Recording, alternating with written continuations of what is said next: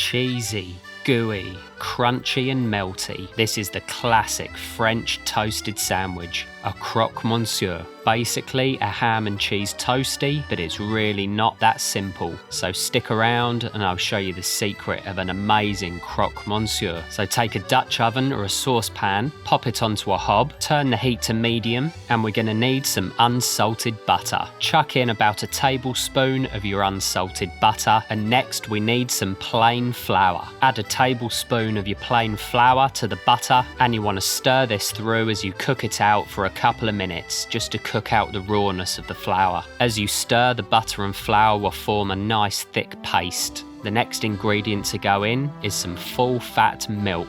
Very slowly start incorporating your milk. Go in with a few tablespoons at a time and keep stirring as you go. Keep adding more and more milk until you end up with a thick sauce. Season with a pinch of salt, and to turn this lovely velvety white sauce into a beautiful gooey thick cheese sauce, we need some extra mature cheddar cheese. So take a bowl and a box grater, and we want to grate a couple of good handfuls of the cheddar cheese. Once you have a couple of good handfuls of your cheddar cheese, chuck that into your white sauce, and the second cheese that I like to use for this recipe is some lovely aged Parmesan. So take another bowl and a microplane and grate a good handful of your Parmesan cheese. Once you've grated your Parmesan, also throw that into the sauce with the cheddar. And the next ingredient to go in is some lovely French Dijon mustard. Add a couple of teaspoons of your Dijon to the sauce, and then we need to give it a really good stir through. Stir for a few minutes and add any more cheese that you need. We want this to be really thick and gooey and almost golden yellow in colour. Pour a few ladles into a bowl, and we can start to put together our sandwich. So next we need a nice white cob loaf,